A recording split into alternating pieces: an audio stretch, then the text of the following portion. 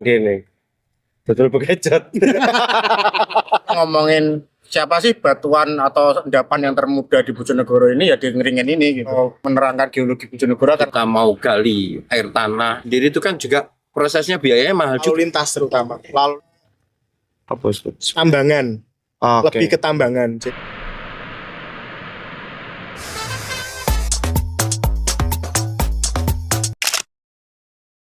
Action. Oke, saiki kita nang ngeringin Rejo. Ki ono ya iki JTBKP lah ya. JTBKP ono sejelas ono Pak Mat, pengelola desa Ngeringin Rejo, kemudian si Soko Teguh, anggota JTB yang juga beraktivitas di sekitaran gini. Betul bekecot.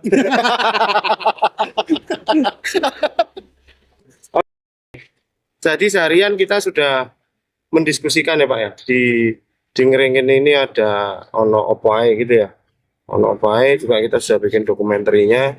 Kita awali kan Reza sih.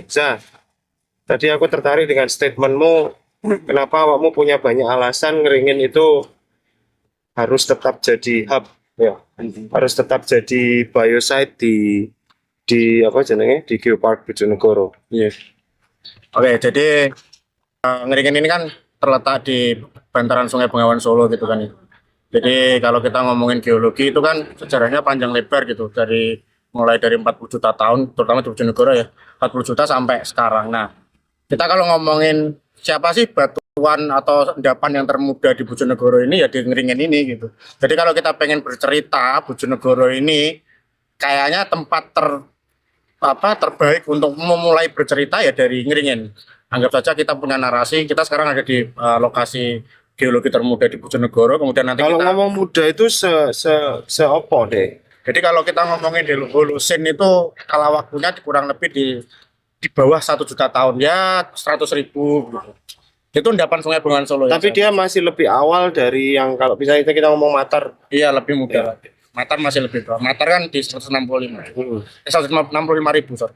Nah kemudian dari Ngeringen terutama di sekitaran Bendung Gerak sana ya di perbatasan Padang ya berarti. Padang ya, ada. Itu kita bisa memantau fisiografi Bojonegoro secara lengkap begitu.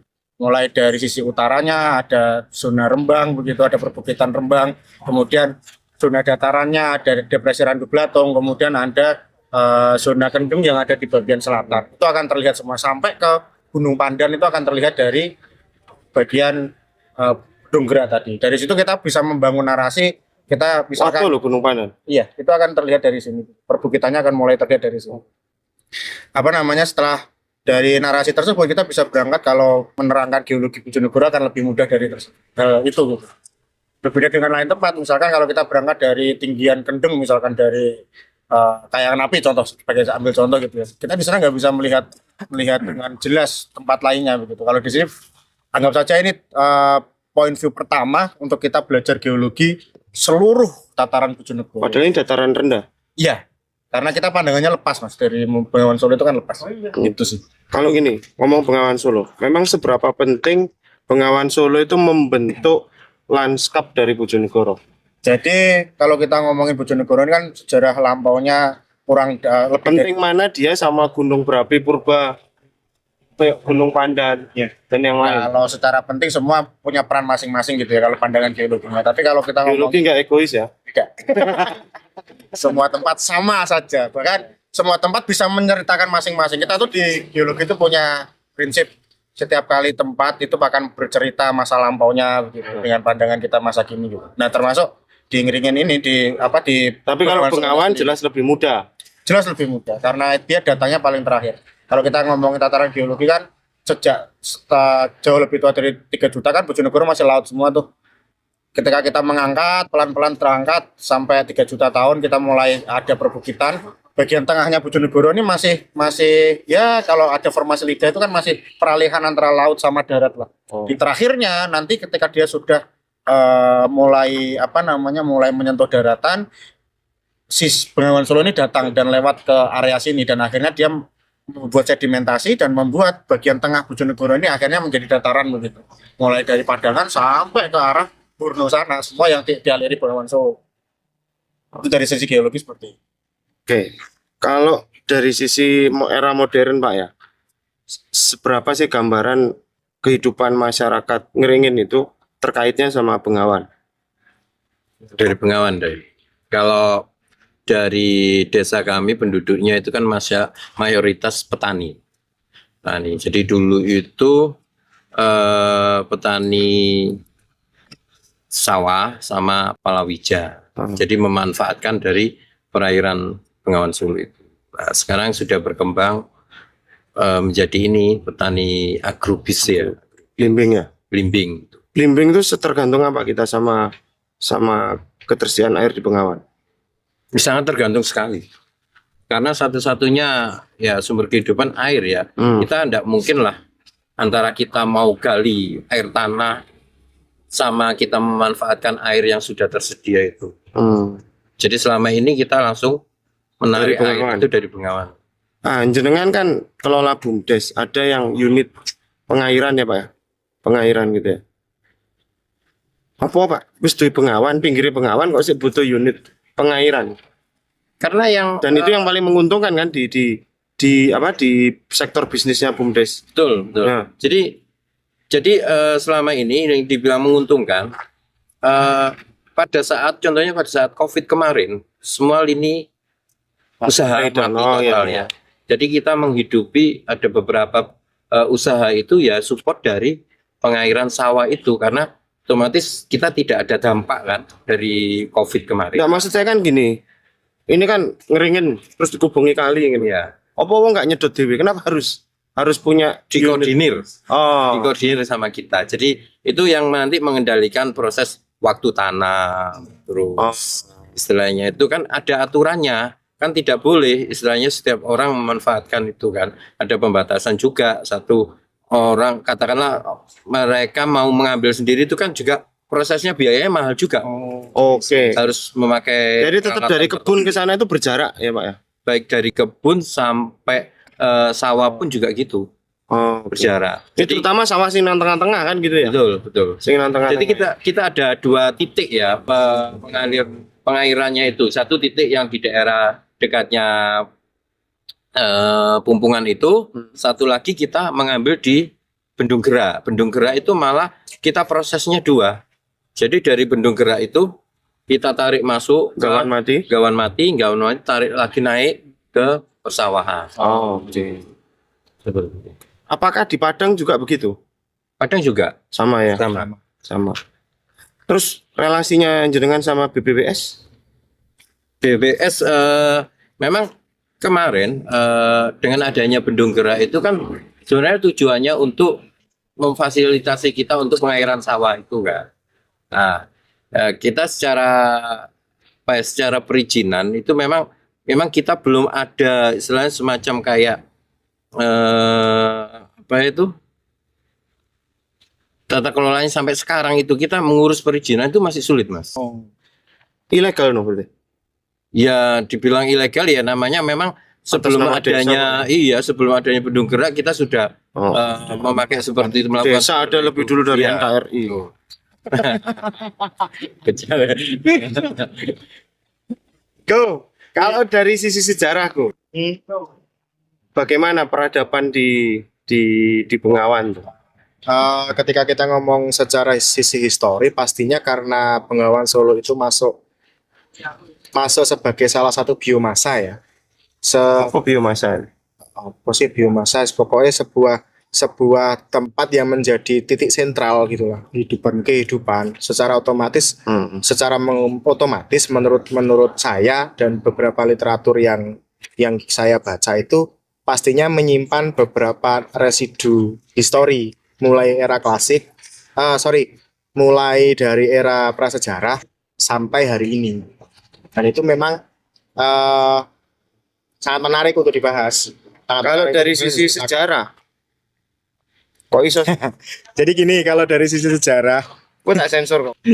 kalau dari sisi nilai sejarah, jadi di Bengawan Solo kita itu secara ada 3 pembagian masa, prasejarah sampai dengan sejarah. Nah, ketika prasejarah kemarin sudah dibahas, ada Matar dan lain sebagainya, ada udah Bengawan, ada Prangi yang menyimpan banyak fosil, Era sebelum ada aksara lah. ada aksara prasejarah. Nah, kemudian di era sejarah sendiri, setidaknya Sungai Bengawan Solo itu mempunyai peran penting juga untuk lalu lintas, terutama lalu lintas laut, lalu lintas Bengawan, mulai dari hulu sampai hilir di Gresik sana.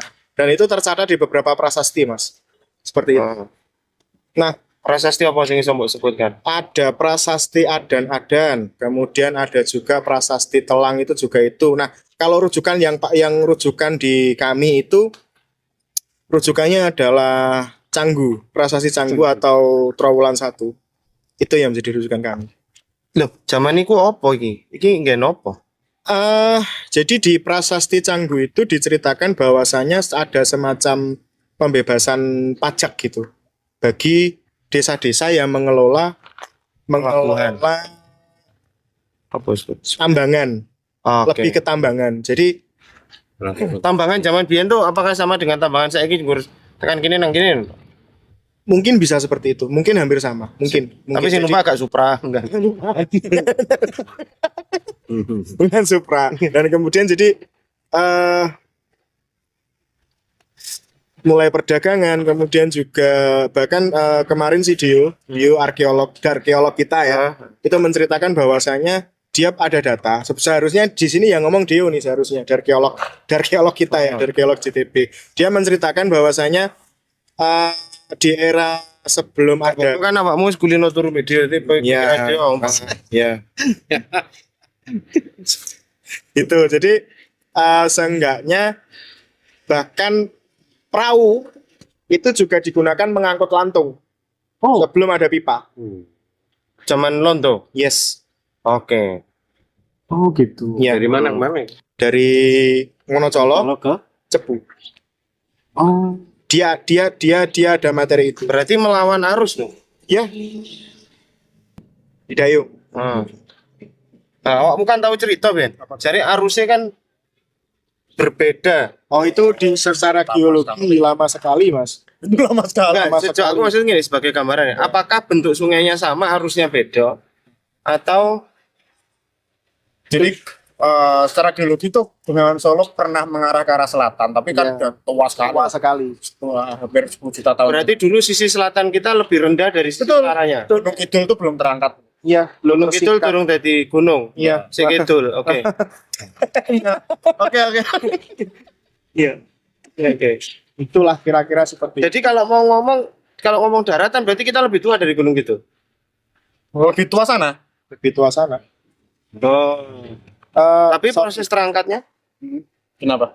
tadi kan katamu, ya aku jelaskan sebagai orang awam ya kan. Dulu kan berarti dia lebih rendah dari sini. Oh, bukan, dulu malah sebelum sana mulai terangkat, kita tuh masih lautan malah. Oh, begitu. Ya. Makanya alirannya ke sana. Iya, alirannya ke sana. Secara langsung seperti itu. Nah, sekarang ini,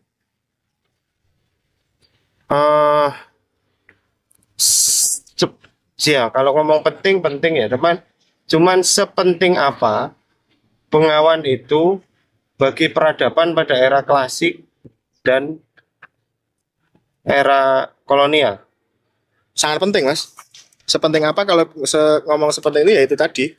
Era klasik secara otomatis kita belum ada jalan seperti hari ini. Secara otomatis seperti itu, dan kemudian masyarakat era klasik itu memanfaatkan Sungai Bengawan Solo sebagai lalu lintas. Itu sudah beberapa tercatat ya di beberapa prasasti. Rujukan kami adalah prasasti Canggu itu tadi yang memberikan Dan Bojonegoro tempatnya apa pada saat itu? Dia perlintasan saja kah atau walaupun belum